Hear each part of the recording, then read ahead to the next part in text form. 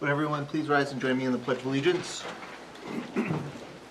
I pledge allegiance to the flag of the United States of America and to the republic for which it stands, one nation under God, indivisible, with liberty and justice for all. Good evening, everyone. Welcome to the Zoning Board of Adjustment meeting for Tuesday, May 6th, 2025. The Goffstown Zoning Board is an elected board of 5 members and up to 5 alternates appointed by the Zoning Board. Currently, the board has 5 elected members and 2 alternates. If anyone is interested in serving on the ZBA, please contact the Planning or Zoning Office at Town Hall for more information. The board has a posted agenda for each meeting and tends to follow the items in order. The board will open the public hearing on an application to receive testimony from the applicants, abutters, and affected parties and ask questions about the appeal. The public hearing will then be closed and the board will enter into a deliberative session to discuss the merits of the appeal. For each application, the board will decide to approve with conditions, deny, or continue the public hearing to a later meeting. You are welcome to watch the deliberations this evening, or you can call the zoning department at 603-497-8990, extension 815, to get the results. For an applicant's request to be approved, there must be an affirmative vote of at least 3 members. An applicant can request a continuance if there is not a full 5-member board to act on an application. Tonight we do have 4 members and both alternates are here, so we will have a full board to act. If you are aggrieved by a decision made by the ZBA tonight, you have the right to appeal to the Superior Court or the New Hampshire Housing Appeals Board. However, before appealing, you must request a rehearing with this board to preserve your right to appeal. Rehearing requests must be filed within 30 days of the decision and state all reasons why the decision was unlawful or unreasonable. Failure to request a rehearing may forfeit your ability to appeal. We will start with board introductions, starting to my left with Jack. Jack Shepherd, Building Inspector, Town, Code Enforcement.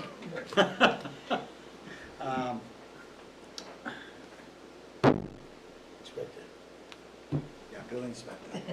He's literally the Jack. John Delano, member. Kristen Dawes, alternate. Leonard Stewart, member. Jason Cody, Vice Chair. Bruce Buttrick, member. Chris Leach, alternate. Thank you very much. We will start with the acceptance or correction for the minutes of last meeting, April 1st. Do I hear a motion to accept? I will move that they be accepted as submitted. I'll second that. Motion with second. All those in favor? Aye. Opposed? Motion carried. All right. That's this page. So for this case, Kristen, I'm going to appoint you as a voting member of the board. And we will start with the first item on the agenda here. Bork 1 Family Trust and Mark and Terry Bork, trustees, owners, and applicants are seeking a variance to allow for a shed to be located 5 feet from the side property line, whereas a 10-foot side setback is required per section 5.1.1 of the Goffstown zoning ordinance. The property is located at 30 Shore Drive, which is map 19 lot 2, zoned residential 2. And this property is located within the flood hazard overlay district. I'll look for a motion for regional impact. I'll move no regional impact. I'll second that. Motion second, all in favor? Aye. Opposed? Motion carries. Folks, if you want to approach and tell us your case here. Well, we're asking for your permission to replace a 60-year-old existing shed. Please have a seat and use the microphone so they need to get it on for the TV recording. Thanks, Lon. Okay, do you need to repeat that? Please. Okay. So we're asking for your permission this evening to replace an existing 60-year-old shed that's 5 feet from the property line. As most of you know, all of those properties down in the parks are really small and compact, so I'm not asking for anything other than just replacing the shed that's there. Questions? Just reading your application, it sounds like the shed that you're proposing is slightly smaller Slightly footprint smaller, than the one yes. you're, still, it will still involve the same, won't reduce or won't increase the setback? Correct. Correct. Correct. And it's a shed that was on the property when we purchased the property. So I'm sure of the age of a lot of those properties down there. Right? Right. All right, nothing further from me. That's one, a prefab on blocks? Yes. Okay.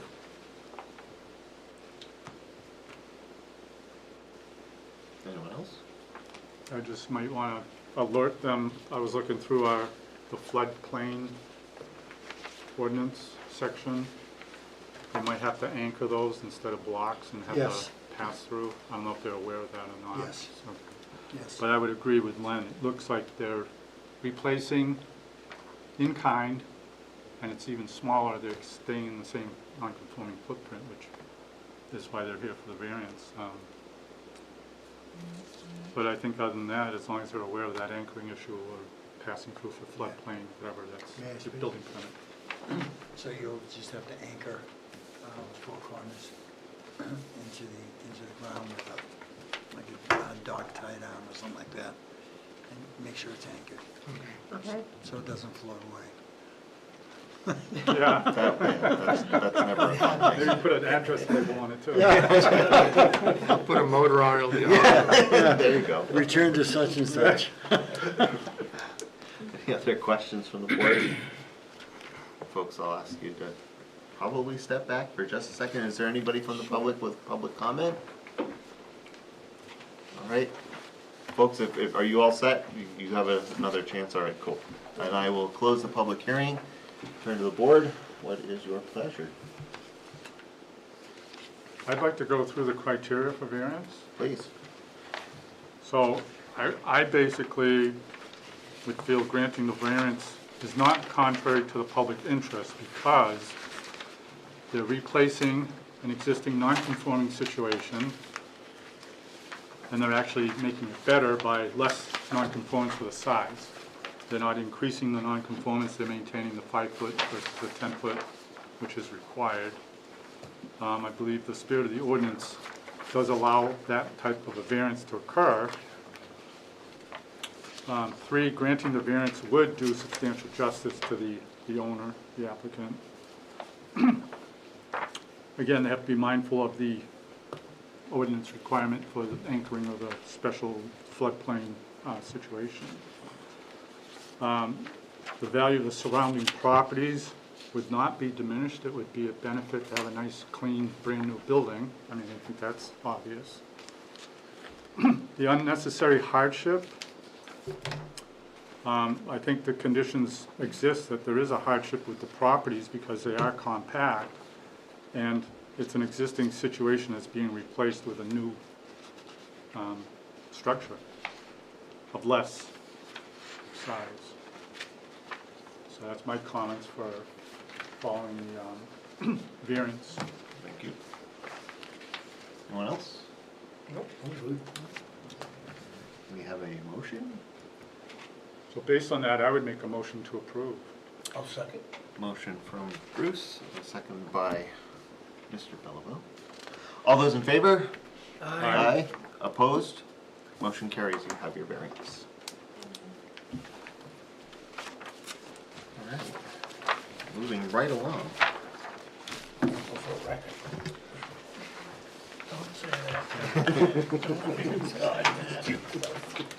All right, second, oh, look at that. All right, second of the night.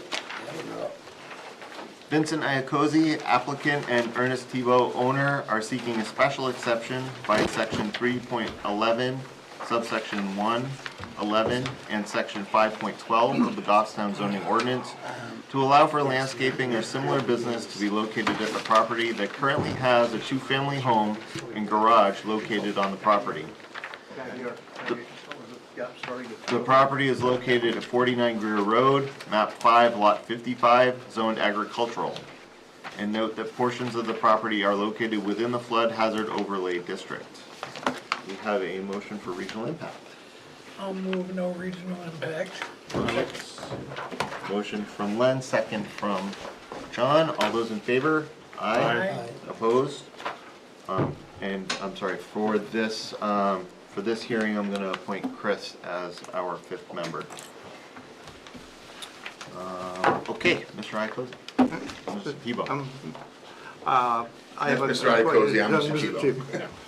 Yeah, we can roll. You had him backwards. Sorry. Mr. Chairman, I have a question. Where we have the 2 applications, which one would you like to do first? I I think one begets the other. yeah, I'm not sure which one does what, though. I think you have to do the variance first because the special exception has Exception would a be clause in it that yeah. you need a variance from. Okay, I think in very order to good. get to that, I think we have to do a Okay. variance. yeah, so we'll do the variance first. Let's see. Did I do that one? That's Thank a you. special exception one. Hold on. This is where my newness sets in, right? Yeah, follow the paper trail. Yeah. Section- There it is. section one in Nope, the that's paper- not- Section 1 in the paper application. You know, I tell you, I'm not used to all this paper. No, that's still the special exception. In my application, it's second page for the variance.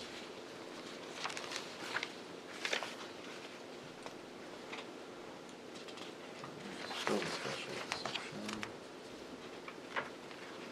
Yeah, I asked You for need extra the- copies. You need the application itself. Got it. Yeah, I'll do it that way. Thanks, guys. All right, So we'll get the variance first, correct? yes, we'll get the variance Very first. good. The request of this variance is for 49 Greer Road. The request is being made for the variance under the terms of the Goffstown zoning ordinance, and ordinance 15.3.1 and New Hampshire RSA 674:33. The ordinance section for which the variance is being requested is the rural agricultural zone.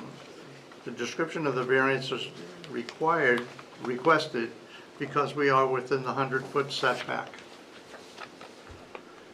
Granting the variance would not be contrary to the public interest. It would only affect one neighbor. And after we spoke with them, it was clear that they were fine with the project and the setback as it stands today. The spirit of the ordinance is being observed. This is an existing structure that has been there since the 1940s. Granting the variance would do substantial justice because it would allow for an agricultural or small equipment business to thrive. I believe I just read the wrong one. I think you're on the right. No? I think that's what I got. So, that's where we are. So, You have a few more grounds to go there. Yeah. yeah, One I'm more page. getting to the, hang on a second. Yeah, one more.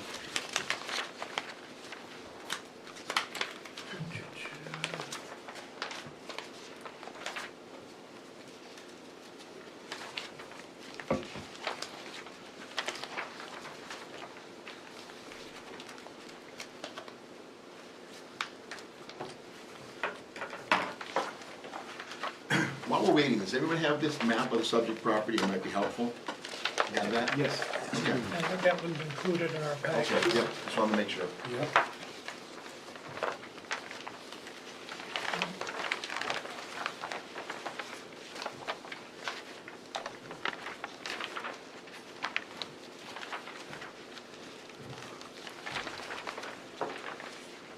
The values of the surrounding, excuse me, are you ready? Yep, go ahead, please. Number 4, the values of the surrounding properties will not be diminished.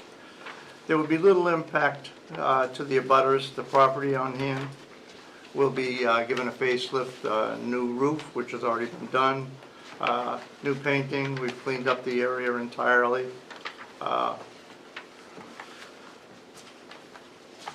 Demonstrate the literal enforcement of the ordinance would result in unnecessary hardship. Owing to the special conditions of the property that distinguish it from other properties in the area, denial of the variance would result in unnecessary hardship. The building would become useless. It's been in off and on continuous use since the 1940s. The building is approximately, I believe 13 feet from the existing edge of pavement. And since the regulations have changed over time, it now becomes necessary for the variance for the setback. The proposed use is a reasonable one because it's in the proper zone, agricultural. And to add to the criteria, it would limit the storage capacity for the equipment, it would be limited to the storage capacity for equipment and supplies that would be exposed to the environment in a manner that could do harm to the equipment and supplies. We're proposing this is for agricultural use.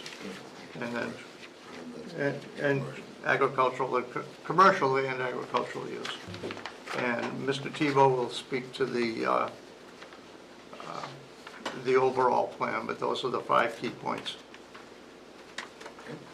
Yeah, I thought it might be helpful, the land is the 5-55, the mapping lot. As I said, as Benny said, the building was built either in the late 40s or 50s, and it was built by my grandfather. And at that time, there was no zoning, and it was called Ernie's Oil Service. And had signage there, it had oil trucks, and it delivered oil around to most of the town of Goffstown. And from that period on, after that, it had a Great Northern Trucking was there. My first company, EJ's Trucking, worked out of there. Then my other corporation, Tebow Corporation, worked out of there. We had the local legend Curly's Carpet, who sewed carpet and had vehicles there. There was a woodworking shop at one time, and there was storage of antiques. The whole property is 14 acres. This garage is very small. It's a 2-bay, roughly 1,500 square feet. Staff I dealt with Patty and Joanne on this. I had a different take, to be frank. They told me the building was grandfathered. I needed a variance because of the setback. Mr. Bolduc's property, that lot that I'm talking about using, is within 25 feet of his property line. And at the same token, Patty and I and Joanne discussed, I believe the property was grandfathered, as it's been there since the 40s and 50s. It's had numerous commercial businesses on it. The last 10 or 15 years, it hasn't had much of any use other than storing of vehicles or things like that. So my proposal was to have some type of landscaping, small contractors, woodworking shop, something there. I'm paying about $12,000 a year in the land that's not in current use. I'd like to get some income from the property, along with giving it a facelift. If you look at the map that I gave, it's only about 1 acre of land of the 15. The duplex house in the back lot has about another acre, so there'll be 12 acres of that land that will not be used for any kind of commercial operation. I've worked with staff now. The Deviant family we've been clearing a field area, about 3 acres there, and they will start farming that. My other companies have probably 100 acres they've given to the Deviants to farm in New Boston, Ware and Henniker, land that I own. We get no funds from that at all. Basically, we do get free vegetables. But no, I'm just trying to use the property. Like I said, needs a facelift. It's been there forever. I don't want to belabor the point, but I felt as though the grandfather ran with the land that had commercial uses. Staff disagreed, so hence being a good neighbor and coming in and applying for the special exception and the variance. And like I said, it's a very small footprint on it. I don't think there'll be any type of, if you had a small landscaping business there. I talked to Dan Deviant today. He will store some agricultural equipment out back. And I've checked with Joanne in planning. That's not an issue. You can have agricultural equipment there. You come and go as you want to work in the fields.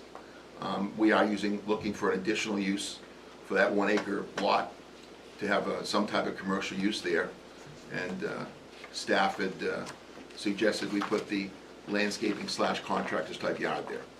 There'll be no heavy trucks and equipment other than what's building the fields now, but it'll be a very minimal impact that once the building is completed, the type of tenant we may have there. So, Okay. Any questions? Is the footprint of the building gonna stay the same, or you're planning to enlarge it, or just facelift? no, just that, we're painting it, the roof, new man doors.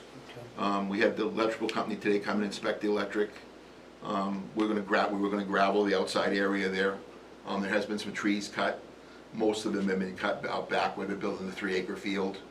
The assessor was down, looked at it, staff's been down, looked at it. All the proper permits were filed for agriculture and for the timber cutting that was there by Dave Burl Logging, so staff's well aware of what's going on down there, and so that's what we're looking for.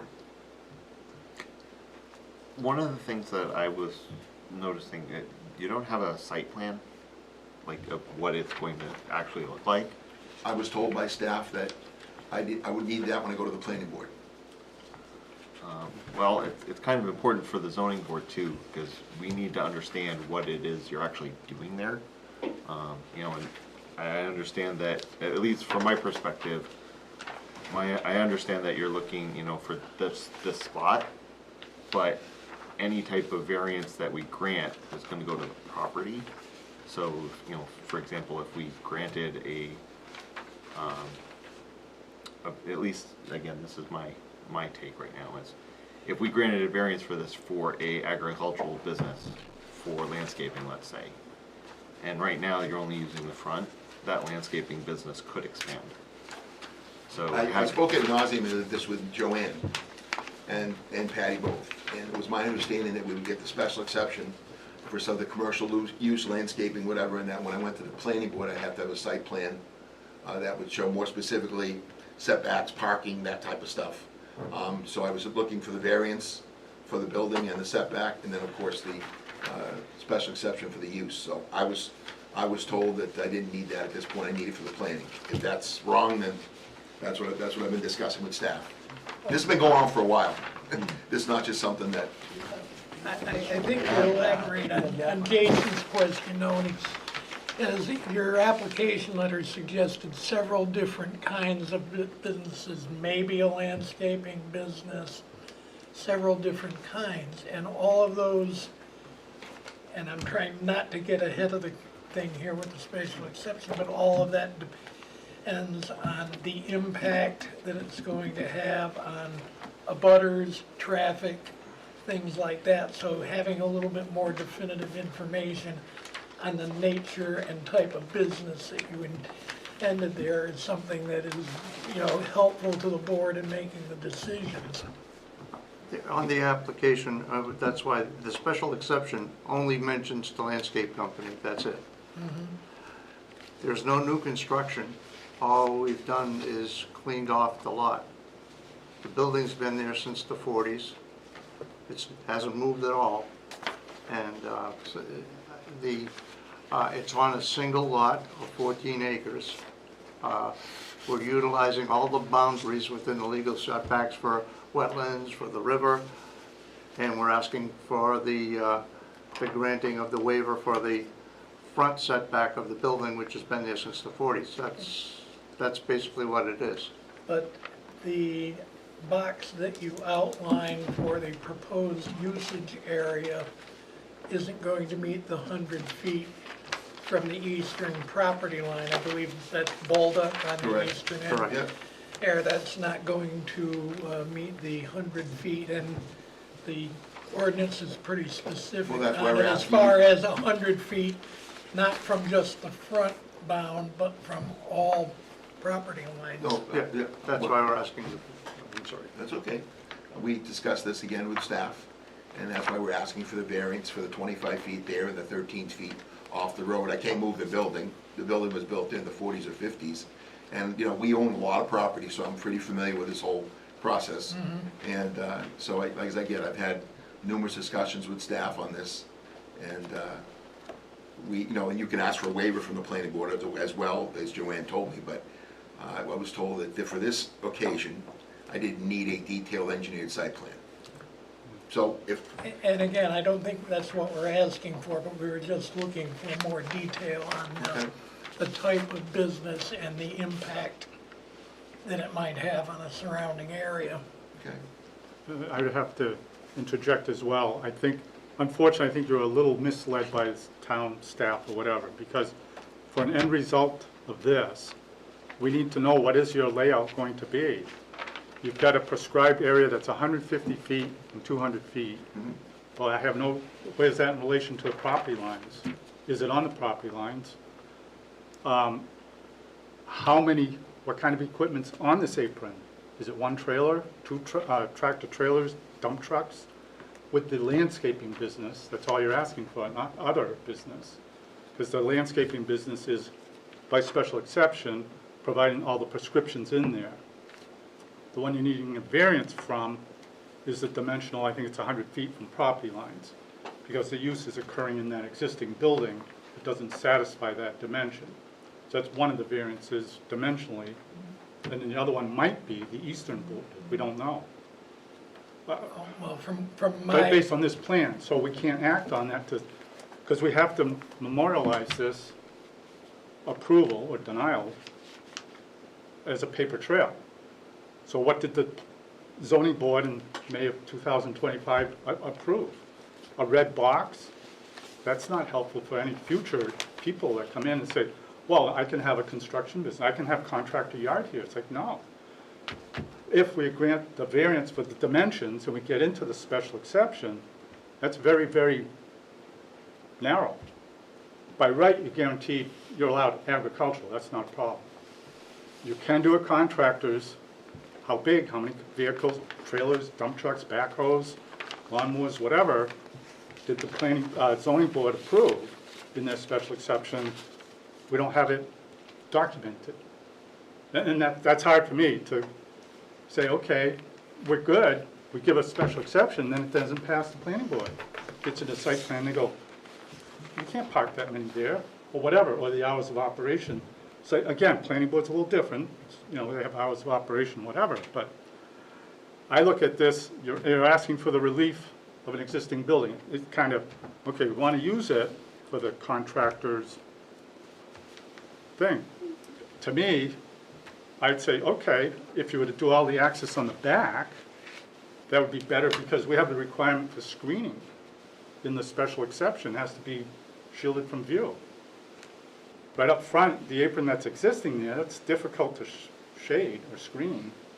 So that's kind of like, boy, that's going to be tough, doing all that work in the setback that's normally required. we get the waiver from the planning board for that, exactly, obviously.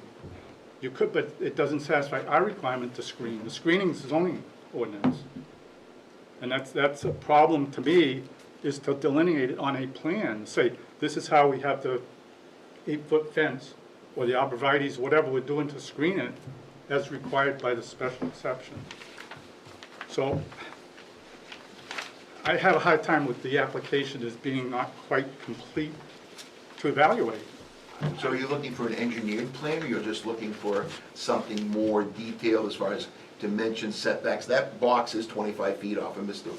Baldock's line, and that's the reason, it is to scale. I think I would like to have something that would depict an engineered plan to indicate that there's parking that's going to be there, material storage, how big are the piles? You know, is it loam, is it hardscapes, or fertilizers? I don't know. and again, to amplify what Bruce is saying, when you say landscaping business, something where you're going to be storing materials on site, something where you're going to be going down the road to Pro Landscape Supply with a truck to pick up materials. Again, you're asking us to approve it. I won't say it's a back of the envelope sketch, but it's the kind of thing that I don't think is detailed enough to make an informed decision on. May I read section 5.12 that the variance is referencing? Please. Yep. Storage of equipment and materials for landscaping, construction, and similar businesses in the agricultural district, if accessory to a primary residence located at least 5 acres and subject to at least one 100-foot setbacks from all lot lines. All commercial vehicles and materials to be enclosed or screened from view. No processing of materials allowed. Site plan review required. Again, Right. as Kristen points out, the ordinance is very specific on all of those requirements. That's the one thing about special exceptions, is that you have to satisfy those requirements, because otherwise that use is not permitted. So it's very rigid in the ordinance to say, you satisfy these, you can get the special exception. We need to have that detailed, to me, graphically as well, to say, okay, this is the scope and the size of this operation. Is it just one guy? Are there employees coming here? I don't know. But again, it has to be principal to the residents. It's an accessory to the principal residential use, which possibly raises a question: does the operator of the landscaping have to live in the residence? I have a question as well. I don't, I'm just saying a generally question, reading that section about, Yeah, it references accessory to a primary residence, and I didn't know Right. whose primary, like I looked throughout and I I didn't would find a think definition. it's either one of the duplexes, is, somebody would say this is the primary The primary. residence on It site. doesn't have to be attached, but it's associated with. Otherwise, we're creating a subletted commercial entity occur, contrary to that being tied into the residence. So I tread lightly, or I would say tread lightly on having it as a contractor's yard. I mean, it's a great concept. Unfortunately, we're in the agricultural zone. I think you're tied in not being able to do that. It would be a great thing to do. I mean, I'm not trying to be anti-business, but I think we have to follow the ordinance, and it's very rigid in having that requirement for connecting it to the residents, and we need to know how large or small is this? Yeah, I don't know. So, and to add to that, one of the things that entered my mind is that I don't see a septic plan. I think that if you have an employee working in the building, you have to have facilities for it. So now I need to see where the septic's going. So that's another thing that came up in my mind as I was going through this, is that I don't see any type of plan for a septic either. So, And that would further tie into if the operator of the business lives in the house. Now he's got his toilet facilities, Right. no harm, no loss. I mean, yeah. I think you move out of that personal accessory, I'm gonna have my contracting or my landscaping business, to a completely separate entity on site, having a contractor's, landscapers business. So we obviously got some incorrect information. I think possibly. Because we was told specifically, we brought it up when we read the ordinance, and they said that the site plan was not required because of what we were doing. Secondly, you brought up a point where that if the special exception is granted, we have to close the doors off that are facing Greer Road. I didn't say that. No, I mean, that's what you're... I would accept a better plan to say, look, we're asking for a variance because of this building is in the setback and we can't meet the 100-foot. Well, that's what we are. Throw us a bone and say, hey, if we had all the operations in the back, now it's not out Yeah, in the you can't 'cause street. it drops off. You know- It's like about a 10-foot drop off from the back of the building. Well, to I'm the- looking at this, there's a road that they're going on now. Again, I don't know. But there's a the topography. significant drop, yeah. It could be. So it's like, well, I hate to be harsh, but poor for me, I can't do this building. Well, you've got some options to utilize the building. I realize it's existing, and you're in that unfortunate 100-foot because of the special exception requirement to do that change of use, really. It's kind of like a change of use, but it's under a special exception. I just think it's a little premature and not quite, the recipe's not complete for me to really give it a good evaluation to say, yes, I'm okay with this. But you're saying in the same breath, it's not allowed because whoever would run that business, i.e. landscaper or contractor, is not living on the premises, so that you don't feel it's allowed anyways.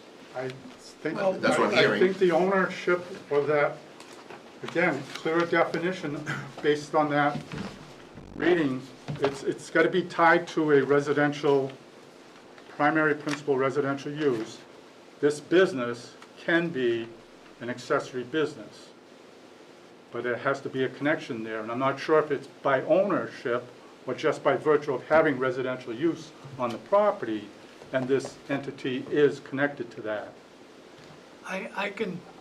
To offer something, I can remember, and it's a number of years ago, at least one other landscaping business in town where the owner came to us looking for a special exception and was successful in obtaining it, but he lived on the property and it was his primary residence, so the stuff that he wanted to do was all on his own property. So, I mean, it's a tough question, but it is, again, very specific as far as accessory to a primary residence.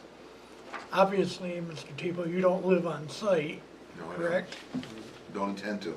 Well, understood, but it's the question, we had a guy who had a business who wanted to put stuff on his own property is one thing, but he was living there, and that was what made it a different case than what you've got here.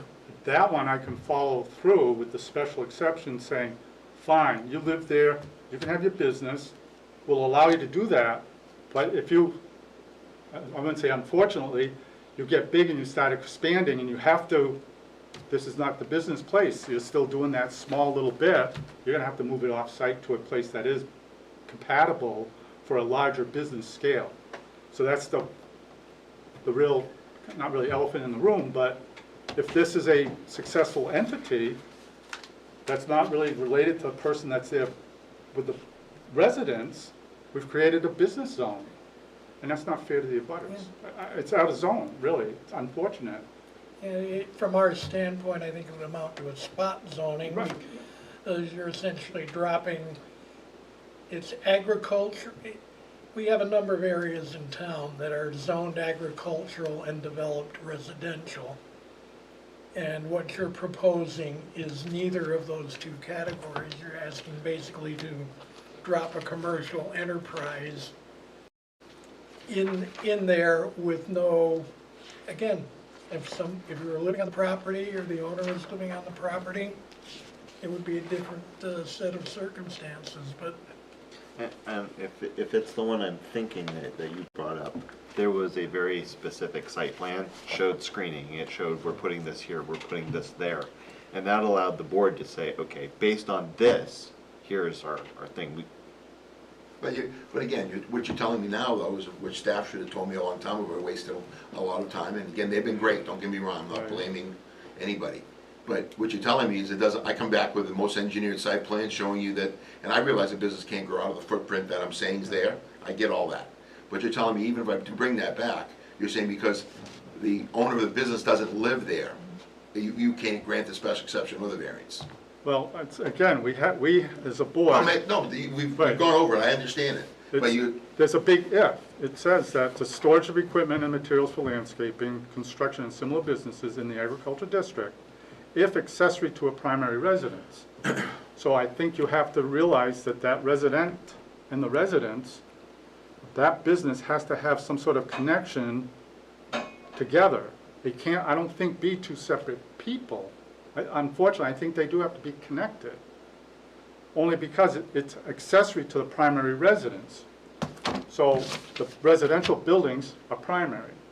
This little business subset is a subset. It's a smaller entity, but it has to be connected to that residential. We can't separate them. Then we lose that connection. As much as it'd be nice to separate and say, hey, I've got Joe Smith in here for. Yeah, but the other thing too, you're saying it's spot zoning. This thing has been in a commercial use. Correct. For probably of the 70 years, it's probably been 50 years of it's been. Yes. The commercial. history of it has existing non-conformance from Oh, the yeah. zoning. Absolutely, without a doubt. Okay. Without a doubt. I'm not debating that. That is correct. This is a separate situation. You're asking to do something that's not permitted in the agricultural zone, but it is permitted by special exception within the criteria of the special exception requirements. And I think we're having a hard time, one,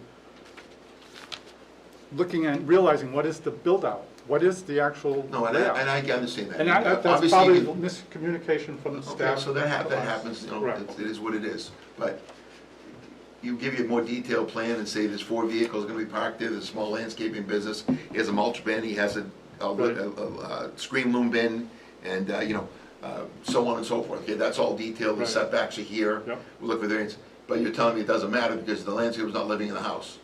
I think that would be an issue. I think it's, again, we have to discuss it as a board and vote on it. Does that satisfy this criteria in that special exception? And, If it's accessory to a primary residence. and for that particular thing, I mean, I think, if I remember right, we've done some of these other things where we've granted a variance for something like this without somebody living there, but that's a variance, that's an additional variance to what's in there. Does that make sense? Yep. In other words, get a variance to that, clear up that cloudiness and say, fine. We're gonna say, oh, if the board or upstairs says, look, there has to be owner, occupied, whatever, we'd like to get a variance from that, go through and get a variance from that sentence. You can always try. I'm not gonna say yes or no, but you always have that availability to challenge through a variance to say, okay, that's not what we want to do. We don't want the persons living there going to have a contracting business. They're not going to have a landscaping business here. We want somebody else to be here. Okay, clean that up. Yes, no, and then we still have to site plan it because it becomes an enforcement issue. How, in May of 2025, what did they approve? 3 vehicles or 30? You know, whatever. Just, it's nice to know the details, and a lot of times, I hate to say it, it's nice to come to our board here with a final build-out so we know, good, this will work. Here's the screening, here's the view, whatever. This is just, I promised to do this or whatever. It's not a good recipe to finish. Again, it's me, I'm not speaking for the board. John, do you have any comment? I'm hearing everything you guys are saying, and then Mr. Tebow's, the use of the land and everything. I'm thinking if he doesn't, and am I wrong saying that if he tries to put this to a vote, and it fails, he can't come back on it if he goes back and gives a more detailed description of what we have? He has a chance to come back again with the...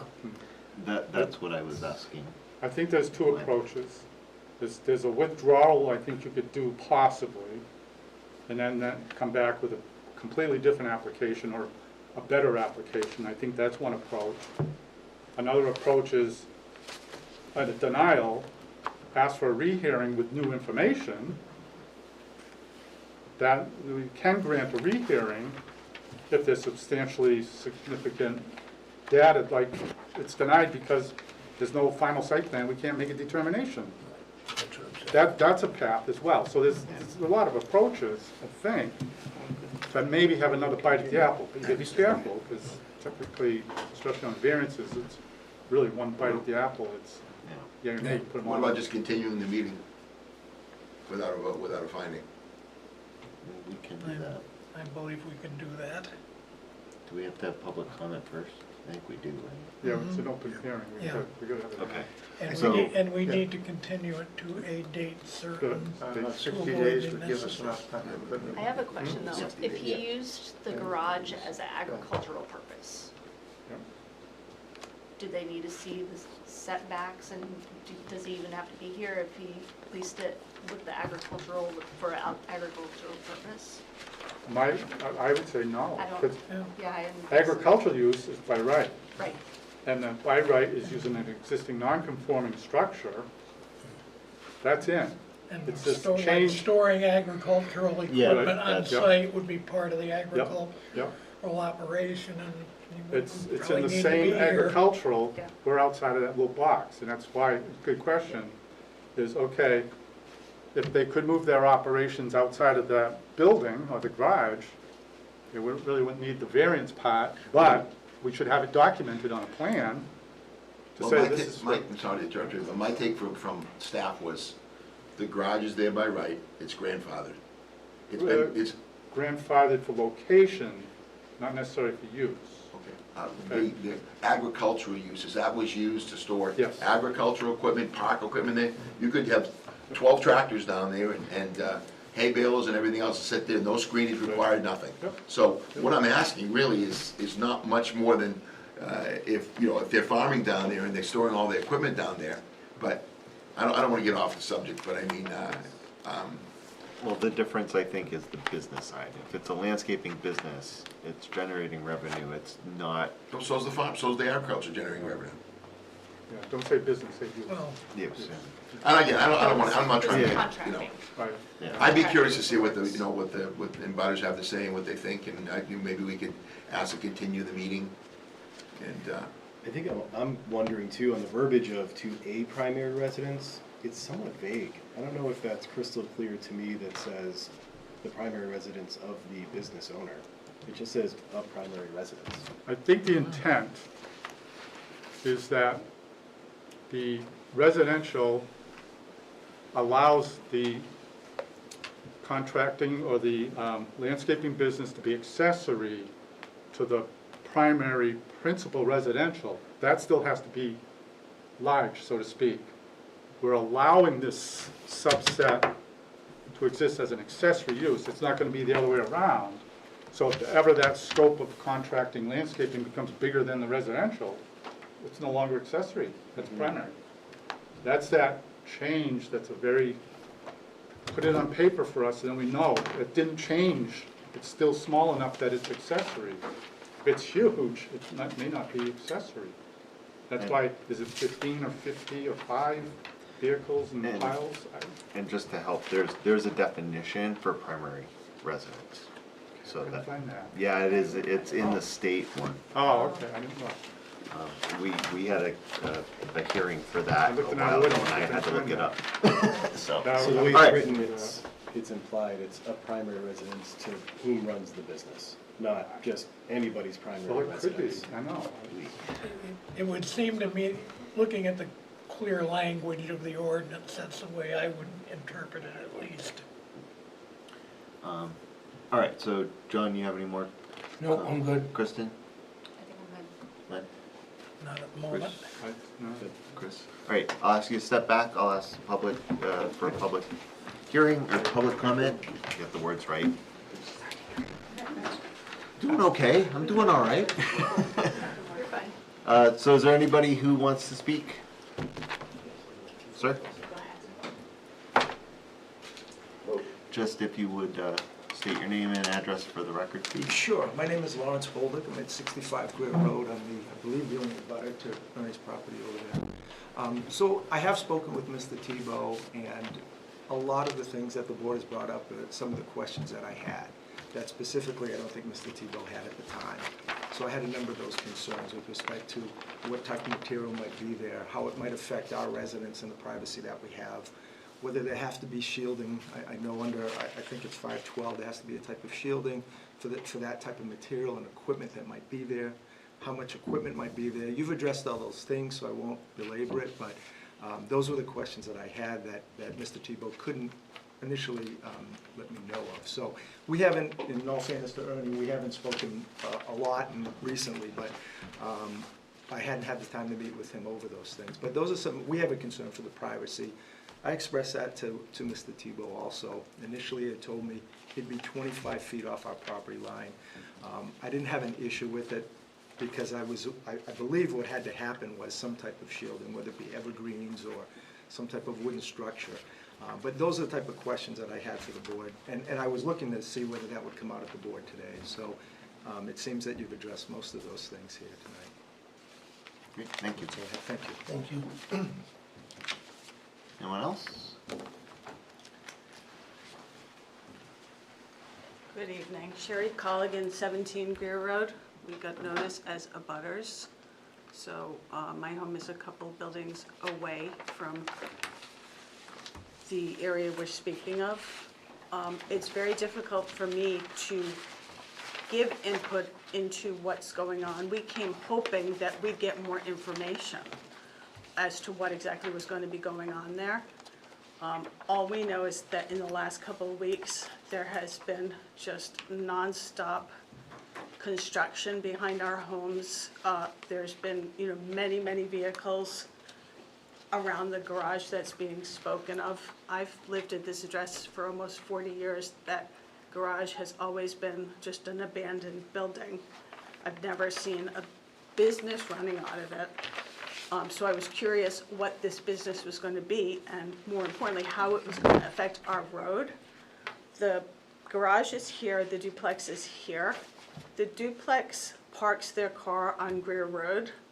As you're coming up Greer Road, you can't see around the vehicle. It's a little steep incline.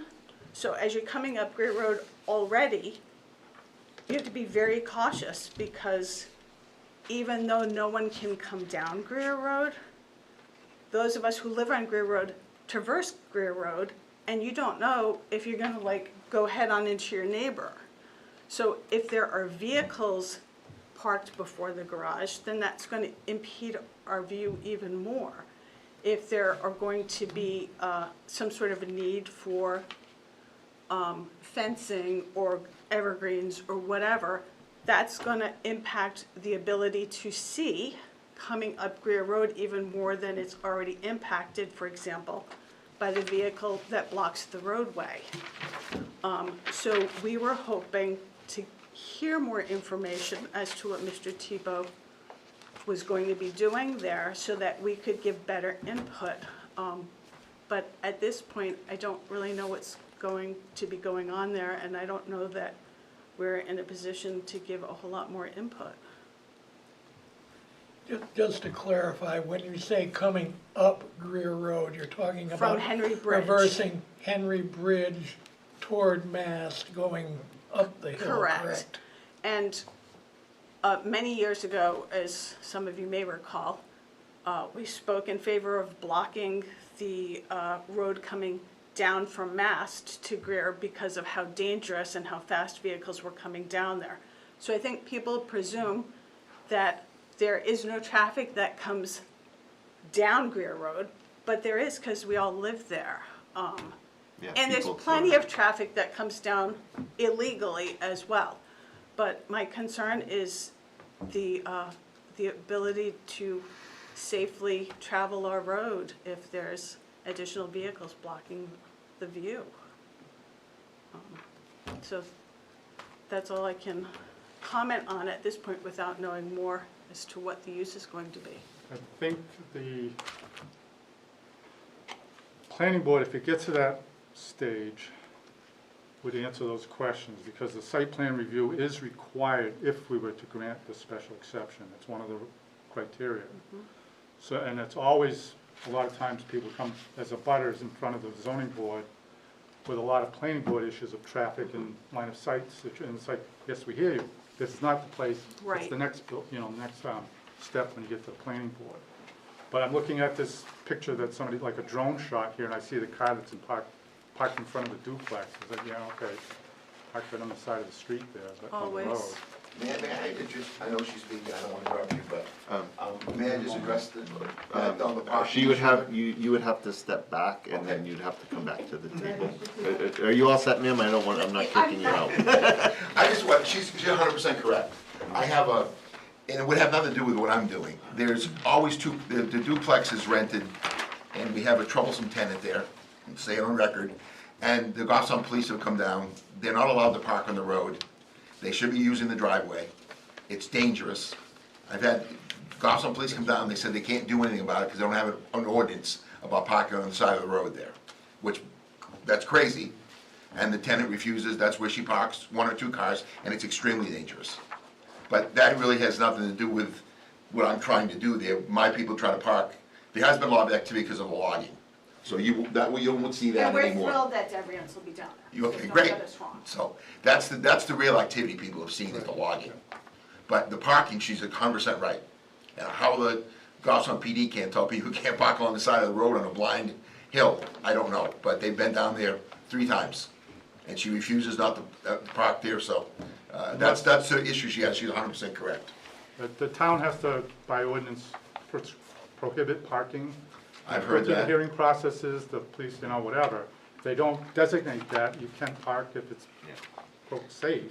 I And- guess you can park on the shoulders of those And roads. as you said, it doesn't impact this particular. No, it doesn't, but So- I just wanted to clarify what she's saying is 100% correct. It's just a troublesome tenant, like I said, and I have two issues. I can either evict her, or I can try to get Goffstown PD there again, but they don't want to seem to do anything about it. Yeah. Well, and, you know, as I think Denise would say too, like, you know, we like to hear when neighbors are working with each other to, Yeah. you know, settle some of these issues, so I can appreciate the discourse there. All right. Greer Road is one way up at the top, right? You can't come down both ways. Just Well, you at the- can at if the you very live on end. the other side of the No, do you not can't enter come sign. down at all. You So can't- even enter the from owner there. of the house on the top of the hill? Correct, none of us. We're the No, second it's and shut third house. down. I thought you could because you One were. way up on. But people do regularly, Oh, like wow. the Goffstown police regularly sit in my Yeah. driveway At mine. to monitor Yeah. the people coming down. My ring camera catches it all day It long. used to be Right. both ways. Good, yeah. Yeah, All right, thanks. sorry, So- I've gotta, Right. I've gotta follow. The hearing's still open. Yes. I do want to enter in, we've got a correspondence, an email from a butter. It's in our packet for Yes. tonight from David and Yvonne, Whitney, Whitney. oh, okay, Whitney, Whitney. The print's pretty small. at 2 New Road. And though I'm not in the butter, our home is within 600 feet of the property of Ernest Tebow with regard to the Iacozzi and Tebow application for special exception. I'm curious, has there been a traffic impact study? Again, if anything, that would be a planning board issue. Assuming the proposed business at 49 Greer Road would involve additional truck traffic, both in its construction and then as operation, I have several concerns. See the attached map, and then they circled a couple areas of what looks like the GIS map. Vehicles, especially trucks, will have difficulty accessing Henry Bridge Road from Greer due to the acute angle of the intersection, limited visibility in both directions, volume and speed of cross traffic. Note 1. Again, I'd say it's more of a planning board issue. The only other access to Henry Bridge Road is via New Road, which would necessitate trucks passing through a residential zone. Again, note 2. In addition, at the west end of Greer Road, vehicles, especially trucks, will have difficulty accessing Mass Road due to the steep grade and the volume speed of cross traffic. If that's up at the top, you get a broken neck trying to get out. Yeah, It's terrible. I think that's I a sympathize with you. planning board Well- issue as well. Although I will say this, if you look at the special exception criteria, not to get ahead of Yep. ourselves here, there is a point about not creating a nuisance or hazard to vehicles or pedestrians, Which which is- kind of enters into the The consideration. global request for special exception is what you're talking about versus the specifics of the contracting landscaping business, which is their application that they filled out. If I, okay. Although in this instance, because of access and usage and other issues, I think it could be fairly considered as a point in the special exception. But again, we're getting the cart at the head of the right. horse here. Yeah, But we're they're, still in but the, they are connected, somewhat, in my opinion. And especially for the 100-foot variance allowing operations and activity so close to the road, it's not good planning principles to have the operation there. The operation stuff should be behind the building, just editorially commenting. Then you don't have the issues of parking, distractions, whatever. The operation is behind the building. It's cleaner for building out. so, the, Excuse Uh, me. yes, ma'am. Oh, I'm another. I'm sorry, I haven't closed the public hearing yet, so Okay, you I can can, wait for- you can come up if Okay. you want. My name's Sarah Sokolowski. I live at 9 Greer Road, so I'm, I think, 5 houses up from this. I just have basically the same concerns that Sherry has, who's my direct neighbor, about really what exactly is going there, and how it's gonna impede really everything on our road. It's a very small residential area, and really just how it's gonna affect everything, and if they have to put up some sort of border barrier, whatever we're calling it, how that will impact also. I mean, I know you said that road isn't necessarily part of it, but it's very difficult to turn left off a new road, off Greer, as it is. So I think anything additional, obviously that would be, it sounds like planning, but it's already an issue. It's been an issue. I've lived there more or less 35 years. I also have no recollection of there ever being a business there. It's always just appeared to be a vacant garage. So it is concerning how that's going to impact us as abutters. So. Okay. Any comment, questions back? All right, thank you very much. Thank you.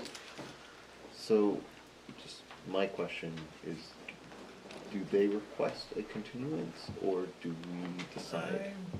Well, if they request, we can vote Okay, on a continuance, and I will say, just my personal observation, I would be very amenable if Mr. Tebow wants to continue to come back with additional information. I'm gonna invite them back up. Yeah. So if you guys wanna come back up.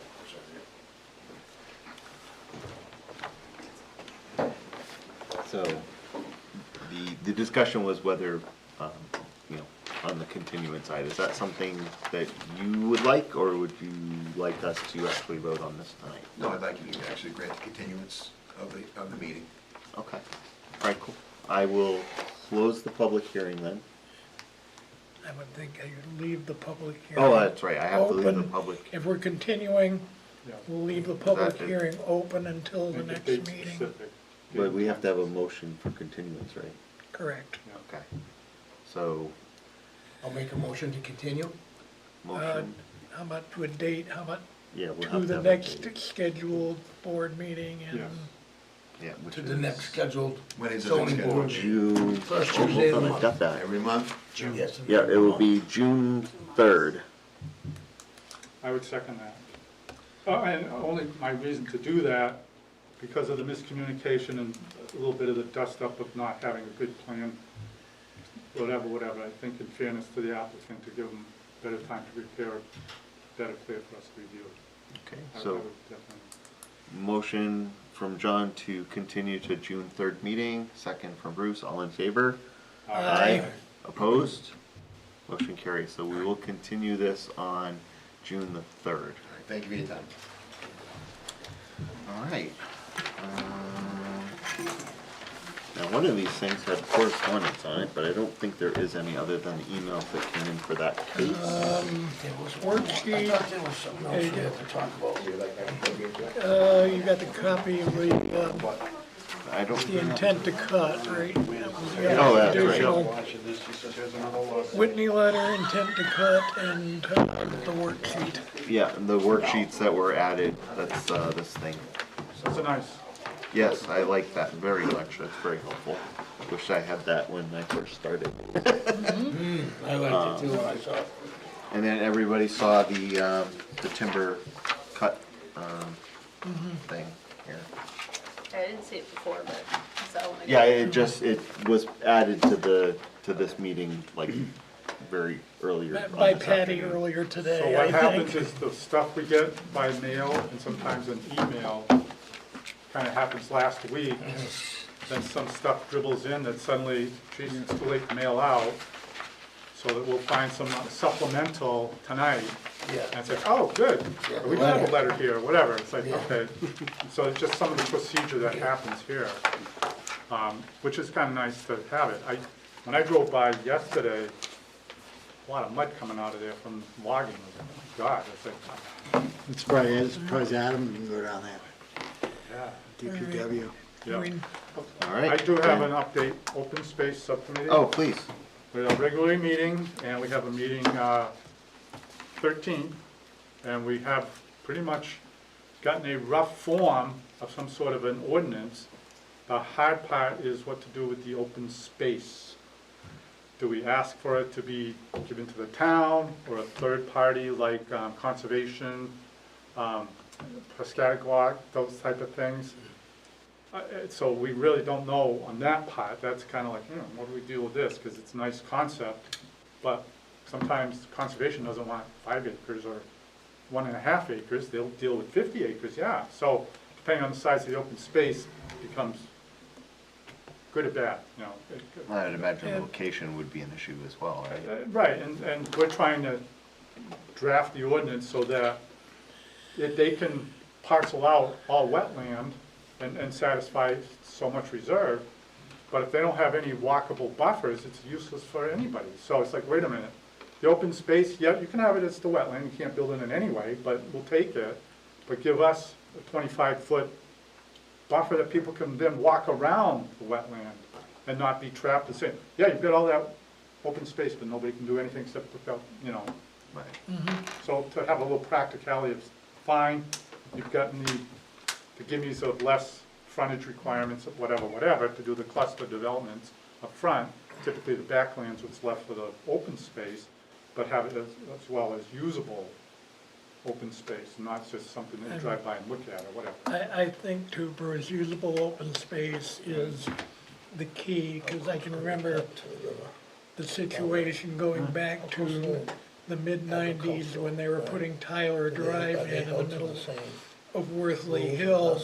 The developers there tried to give land to the town, the 25 and 30% slopes going down to the back of Barnard Arc, and the town said no thank you on it because it was completely worthless backland to anybody. So, yeah, usable open space is the key.